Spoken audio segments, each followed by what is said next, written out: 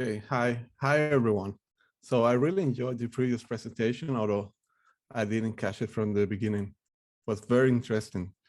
Uh, a professor of mine at the University of Havana, who was very knowledgeable about Ilyenkov, told me that Ilyenkov's favorite musician was Wagner, Richard Wagner.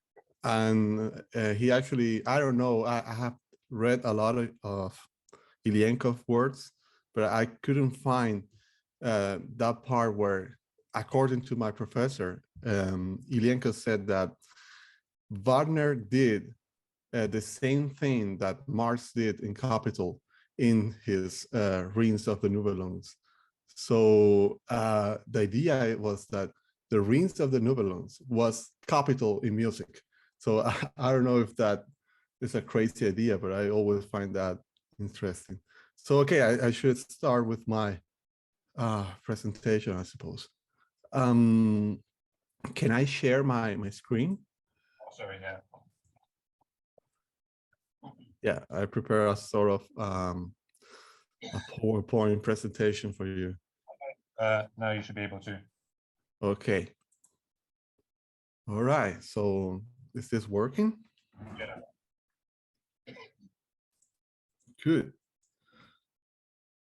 So I'm going to read my paper as fast as I can. My English is bad speaking, but it's worth reading. So please bear with me. So, okay, my presentation is called Ilyenkov and the Problem of Alienation. We, Ilyenkov friends, have come a long way. During the last few years, we have not only multiplied in number, but also made remarkable effort in publishing, translating, promoting, commenting, and debating Ilyenkov's work.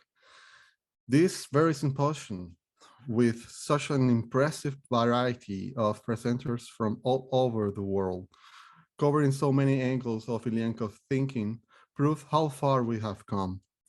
We have many arduous, although not necessarily conclusive studies about Ilyenkov's concepts of the ideal dialectical method, philosophy's object, education process, cosmology, aesthetical ideas, and his impact on the development of Soviet philosophy. Ilyenkov's name, works, and idea appear now regularly in many respected journals and book series, such as historical materialism. Indeed, the days of that usual way to start a paper about Ilyenkov, referring to him as a little-known thinker, are happily over. However, even today, with so many scholars, publications, talks focusing on him, some aspects of his thought remain little known or discussed. I want to share with you my take on one of these poorly explored aspects of Ilyenkov's thought, his views on the problem of alienation. Such a problem is not usually associated with Soviet Marxism. Some authors, like Marcelo Musto, in his new book on alienation, claim that there was a silence from the Soviet Union on this topic, which Soviet thinkers supposedly regarded as an insignificant Hegelian vestige of the John Marx. Strictly speaking, that claim is false. Even the most orthodox textbooks of Marxist-Leninist philosophy not only did not avoid the concept, but consistently use it. However, it is also true that alienation was an uncomfortable topic for the Soviet authorities, because Soviet readers could identify that problem in their daily lives, dominated by the state bureaucratic authoritarianism. In this sense, some philosophical discussions of alienation by Soviet authors could be seen as a disguised domestic critics of the Soviet regime's reactionary tendencies. As I will try to argue in this paper, that was Ilyenkov's case. First of all, Ilyenkov categorically rejected the artificial opposition between the young and the mature Marx. For him, the differences between the Marx of the philosophical economical manuscripts of 1844 and the Marx of Capital boils down to a more concrete approach of the latter to the same concepts and problems that the young Marx addressed in his early years, but now using a more precise terminology. In this way, Ilyenkov explicitly disapproved the oppositions of Louis Althusser and Sidney Hook, who view alienation as a purely ideological, that is a speculative topic that the mature Marx dismissed altogether as an ideological concept and therefore can be discarded in our study of his scientific work. Ilyenkov was especially concerned with the specificity of the concept of alienation developed and used by Marx and Engels, in contrast to Hegel's and Feuerbach's conceptions. In a minimal sense, and this sense is shared by Hegel, Feuerbach, Marx, and of course Ilyenkov, alienation refers to the process of inversion of the subject-object relation, a process in which, first, the product of the subject's activity acquires a functioning logic independently of the will and consciousness of its producer. That is, it becomes an alien, estranged to the subject. And secondly, it begins to subordinate the subject to its functioning logic as an organ of its self-development.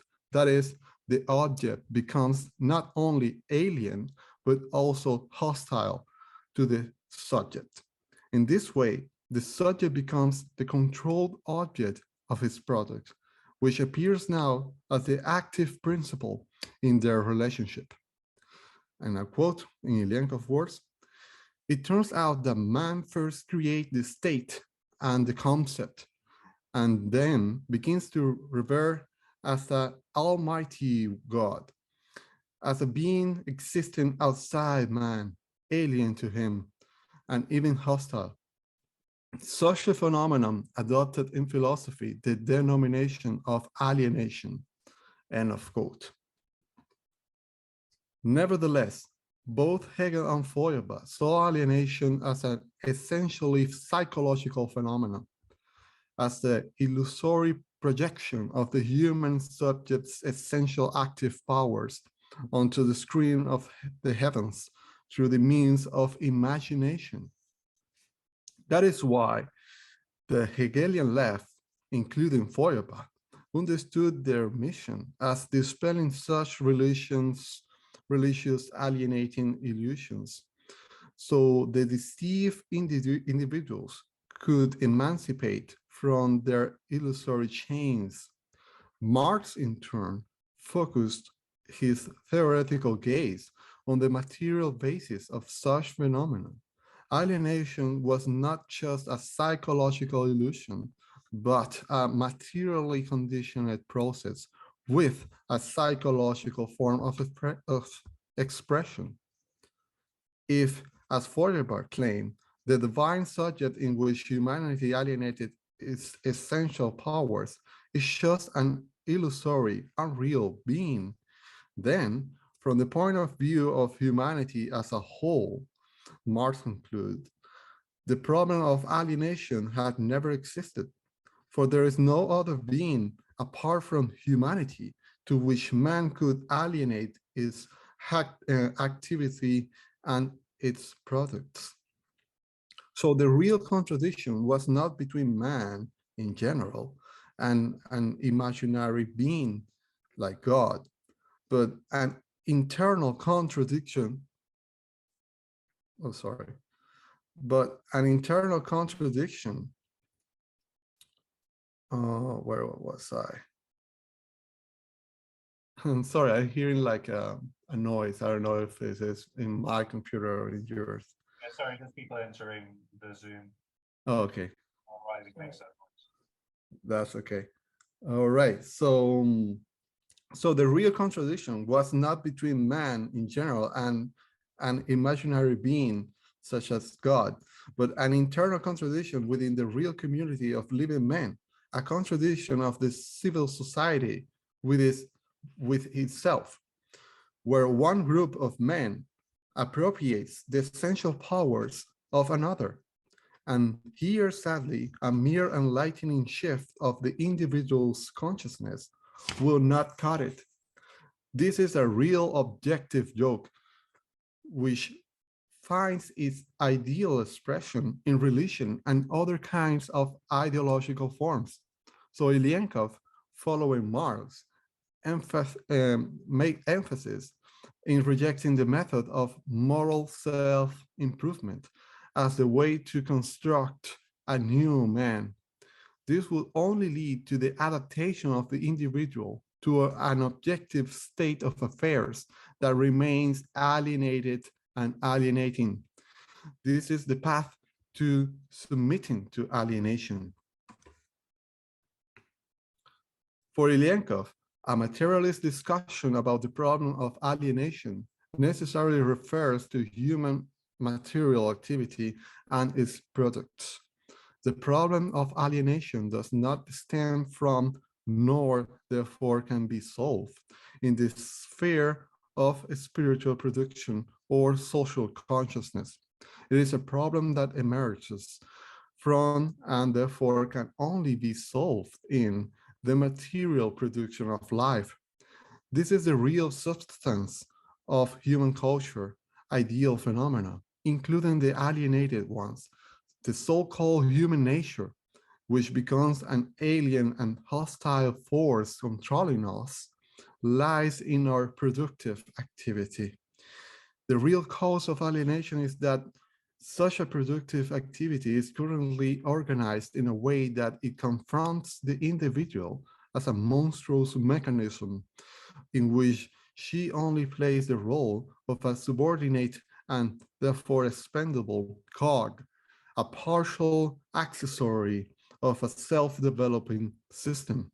That is why among the features of the modern capitalist form of producing our lives, Ilyenkov identified the tendency to professional cretinism, that is, the reduction of the individual to a narrowly over-specialized range of activities determined by the anarchic and extreme division of labor under such a form as the most typical expression of modern alienation. In his essay on idols and ideals, he illustrates how professional cretinism is at the same time a condition and a consequence of the capitalist division of labor and property with the following example. And I quote, "The clown who entertains the public in the circus is obligated to train as a clown for the whole days without knowing the rest. Otherwise, he will not resist the competition with other more hardworking clowns and will fall to a lower level. Therefore, professional cretinism here becomes not only a fact, but a virtue, a norm, and even a peculiar ideal, the principle of personality transformation with which each one strives to correspond so as not to sink to the bottom of society, so as not to become a simple, unskilled labor force. Professional cretinism is private property over certain capacities." End of quote. Before this partial man who only knows and cares about his clown matters, the rest of the human culture appears as an incomprehensible strange force that develops independently from him. He will always need an external form of regulation of his activity, just as the cogs function is generated just as the cog functions in a geared device is dictated from above, from the mechanism it serves as a subordinated part. That's why the communist ideal is that of a community of fully developed, multifaceted personalities for, and I quote, only a community of such individuals will no longer need an external, alienated form of regulation of its activities in monetary commodity, legal, state, political, and other forms of people management, end of quote. Closely related to the problem of professional cretinism lies, in my opinion, the most exciting aspect of Ilyenkov's views on alienation. His claim that alienation is not an exclusive problem of capitalist societies, but that it also affects socialist modes of production. Ilyenkov is very categorical on this point. He claims that those Marxist philosophers who think that in a socialist society, it is unacceptable to use the concept of alienation are deeply mistaken. By acting that way, they are simply ignoring the negative tendencies of the external forms of regulation that remain under a socialist regime, particularly the state with its inherent tendency towards bureaucratization and the application of violence as a method for control. Therefore, and I quote, to deny the presence of alienation in the countries that have established the popular socialist form of ownership of the means of production simply means simplifying the general theoretical criteria of the communist transformation. End of quote. That's why, for Ilyenkov, the proper Marxist position regarding how to solve the problem of alienation is to see the legal socialization of private property through its appropriation by the state only as the first step, and I quote, but only the first. The second step can only be a profound revolution in the entire system of the social division of labor, in the conditions of an immediate labor, including its technical conditions.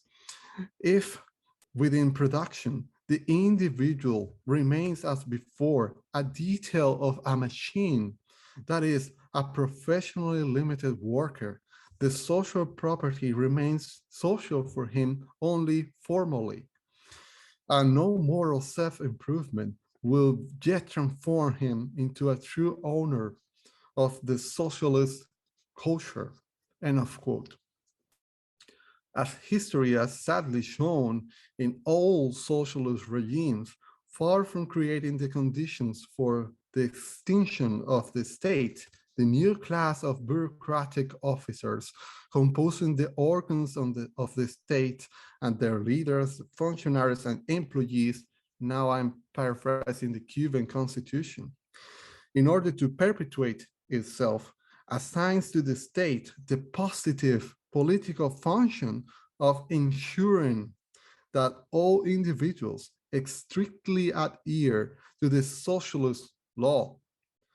In other words, this new organized vanguard of the nation, or as Ilyenkov called it, a caste of officials, bureaucrats, who impose their clumsy will on the whole society and portray their limited intelligence as the embodiment of the general collective reason, will make itself sure that public power never loses its political character.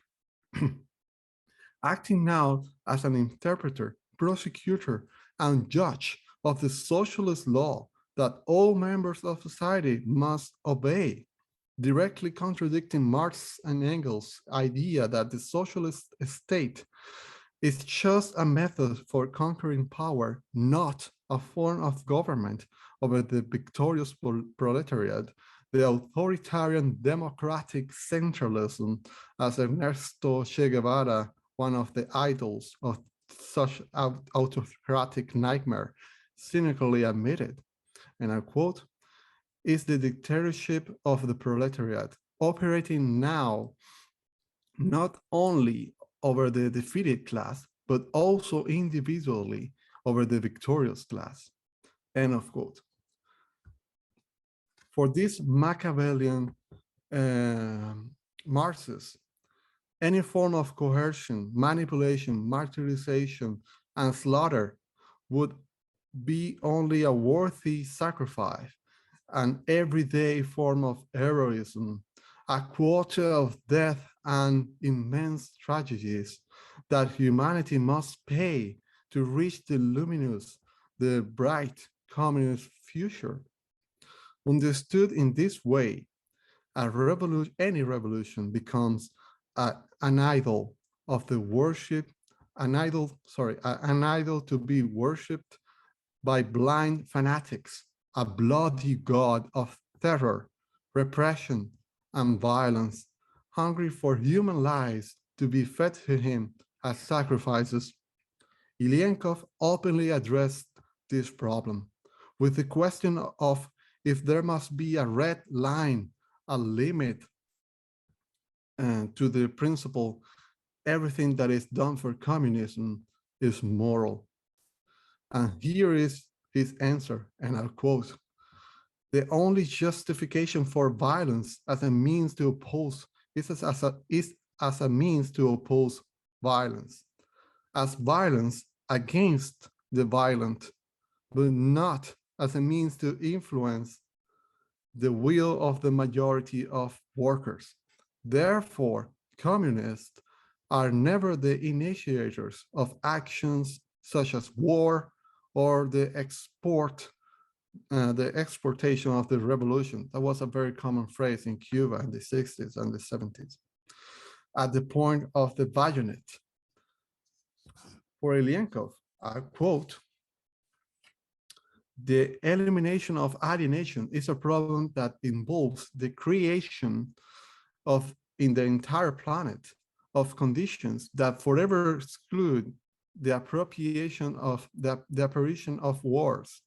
For the current circumstances, war is the perspective of the real loss for humankind of all material and spiritual culture. The possibility of war is the possibility of losing our lives. End of quote. We should not forget that these pacifist words do not come from an armchair intellectual, but from a man who fought bravely defending the communist ideal in the most brutal conflict in the history of humanity. Ilyenkov didn't share the naive belief that the revolutionary should renounce violence in all the circumstances of class struggle, but he only approved violence in the extreme cases where another violent force threatens human life. And even then, he approved it only if used in the absolute minimum necessary amount. Ilyenkov had the conviction that if pursued through violent and corrupted means, no matter how noble and how pure the communist ideal might seem, it immediately transforms into an idol. So very quick, I found in a comic book that I really like an illustration that I think that is a very cool example of this. I don't know if you can see it here. Oh, okay. So it will be this page. So it's like a child carrying a dead body of another child. You can only see a PowerPoint, sorry. Okay, don't worry. So the idea is that even if the purest ideal that you pursued is pursued by claiming a pile of dead bodies, it would not work. It will immediately transform itself into an idol, no matter how pure the ideal might seem at the beginning. So I continue. So by the way, how much time I have left? I don't want to abuse you. Much time, yeah, only a couple of minutes if we want time for questions. Okay, so I will be really quick in what is left. So Ilyenkov was opposed to any form of idolatry. For him, that was the most primitive form of alienation. And therefore, he pursued the ideal of developing, as you know, an all-rounded individual as a form to oppose to this alienated world in which the cretinism in professions became the primary form of organizing our lives. So such an okay, let me cut this. Okay, all right, I will straight to the end. Furthermore, such a cast of political bureaucrats would not willingly renounce their privileged position in such a societies where the unique almighty party, the vanguard of the narrowly trained political officials, controls all aspects of society. Education is inevitably replaced by indoctrination and information by propaganda. Moreover, where these means for controlling the human mind fail because of the obviousness of the stubborn of reality, no matter how much the state apparatus for manipulating perception might tell you otherwise. 2 plus 2 is actually 4, not 5. And the socialist state will most certainly resort to violence as a means to influence the will of the majority of workers, just as Ilyenkov's favorite novel by George Orwell, 1984. Ilyenkov insisted that these dystopian nightmares, such as Orwell's and Huxley's, do not represent the socialist tendencies toward a communist future, but the reactionary capitalist ones that still survives under the socialist contradictory process of constructing the desired society. However, as Engels liked to say, the proof of the pudding is in the eating. Ilyenkov's suicide was the acknowledgement of his mistake in this regard. In the subject case, the alienating circumstances turn out to be stronger than those positive tendencies that at the moment Ilyenkov still believed will prevail. In the end, Ilyenkov's dialectical self-negation made him a martyr, ironically, in a similar way to the one he described in his 1931 article on science and humanism. The only difference is that Ilyenkov chose suicide not because he didn't understand his alienated circumstances correctly, but because even if he did, he was still powerless in front of them, which made his existence even more unbearable. In this case, Ilyenkov's death is a sad confirmation of the Marxist principle he emphasized. Alienation is an objective process, and even if you gain consciousness of its causes, it does not cease to exist. Therefore, no matter how all-rounded you as an individual might become, and Ilyenkov certainly was a personality of this universal kind, in a society controlled by the ideological and coercive forces of the state, of an almighty party, you will remain an object subordinated to its alienated and alienating circumstances. So that was the end of my presentation. I'm sorry if I took too much to read it, and I will hear your questions now. Thank you.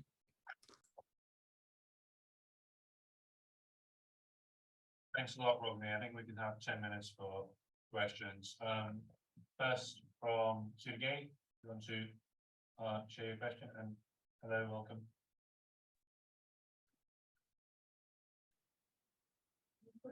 Me? Can you hear me? Yes or no? Yeah, Rogney, could you click escape? You mean stop my share like this? Thanks.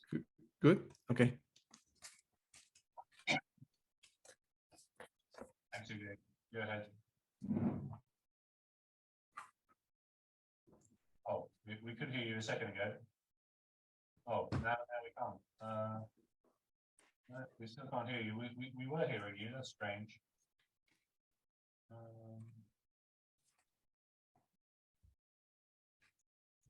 I think it's something to do with your settings. To the game, like your microphone was working fine, and then now it's. Oops. Yeah. Have a look in your microphone settings that you've got the right microphone to go, because a second ago your microphone was working fine, and right now it's not. And what about now? That was good. Yeah, good. Oh, finally. May I go with my question? Okay. Thank you for your presentation. It seems that you have put a lot of effort to actually craft it. But what I want to ask is, what about Fichte's perspective on the category of alienation? Because it may seem that you understand the alienation mostly from the moral perspective, like the alienation is, well, actually that's something bad.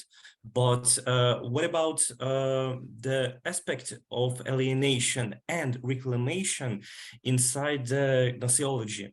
And because we cannot actually understand the world without alienation.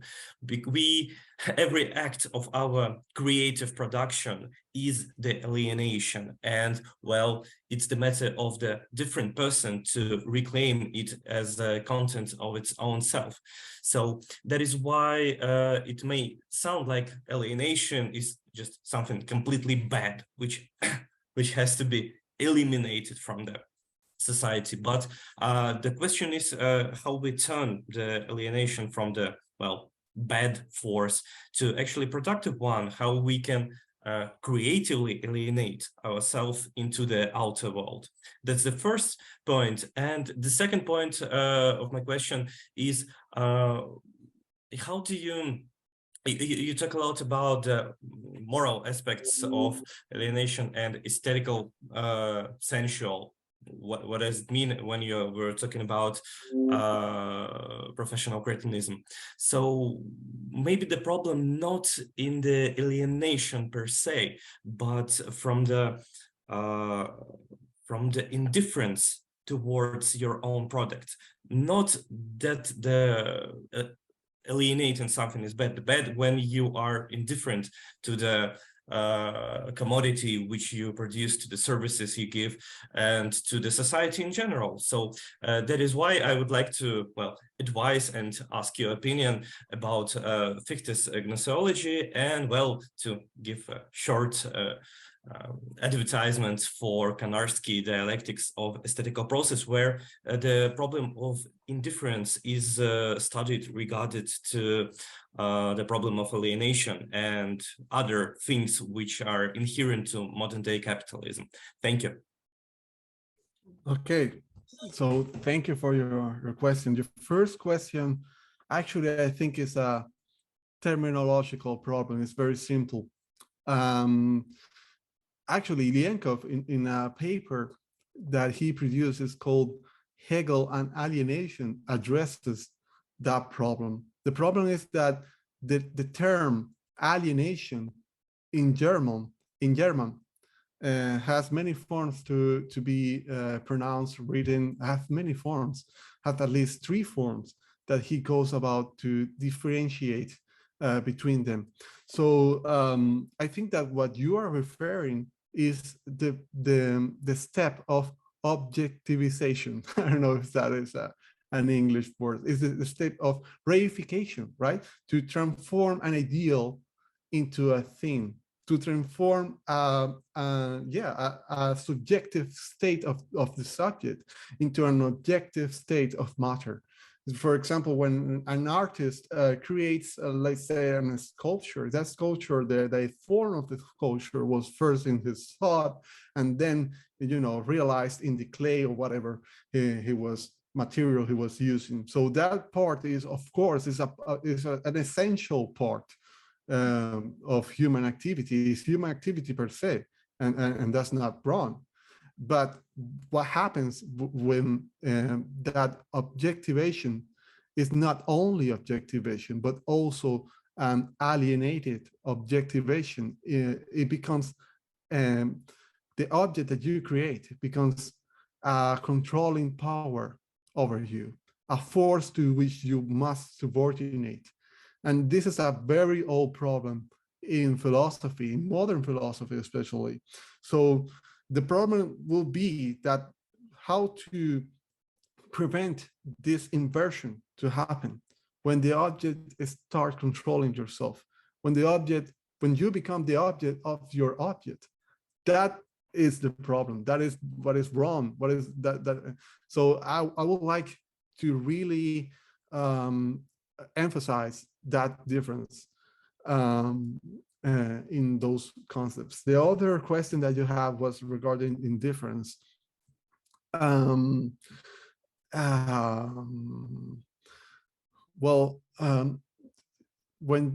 you are involved in an alienating process, that implies that the object to which you are alienated is indifferent to your will, to your desires, to your, so it's a part of the process.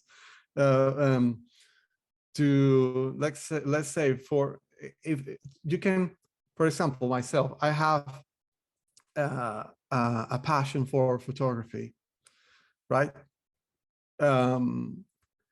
In Cuba, there is like a fashion when a girl turns 15 years old.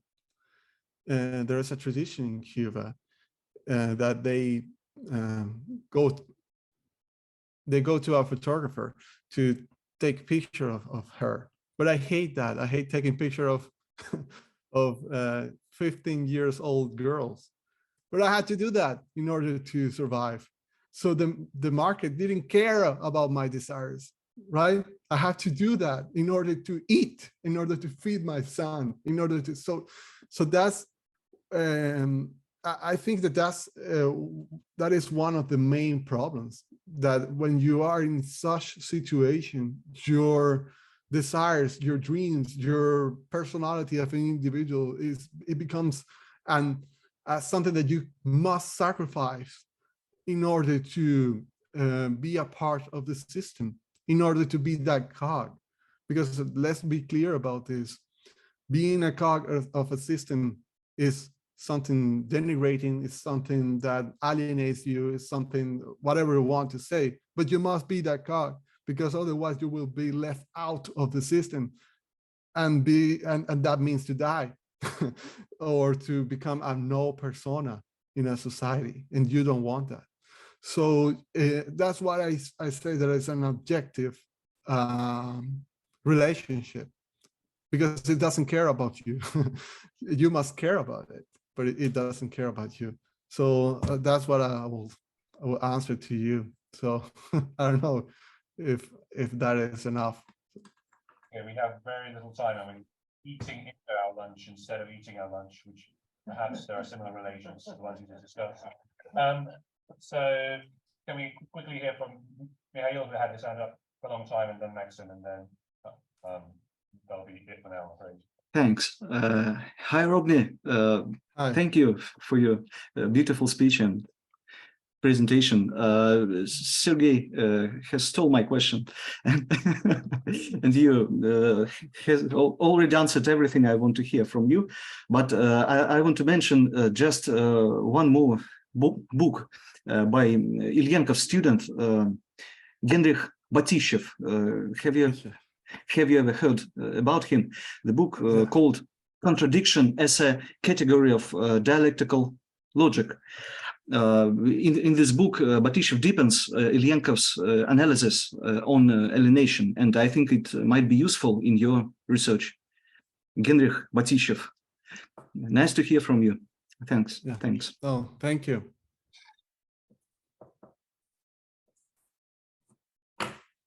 Great. I think that was more of a comment. So, Mikhail, on to you. Okay, Rogney, is it your name?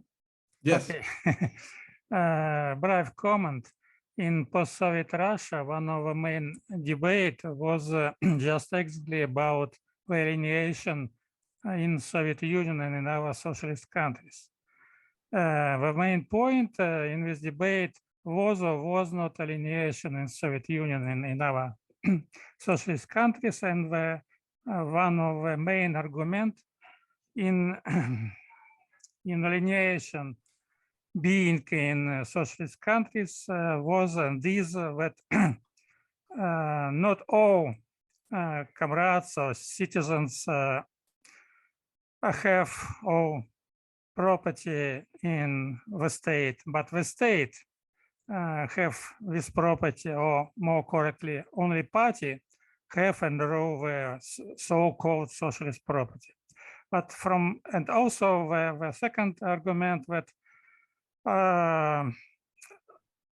the reason for the existence of alienation, even in socialist countries, is and it was during and it will be during very long historical period that there is and there will be the social division of labor. From this point of view, only in so-called complete communism study, this problem of alienation could be resolved.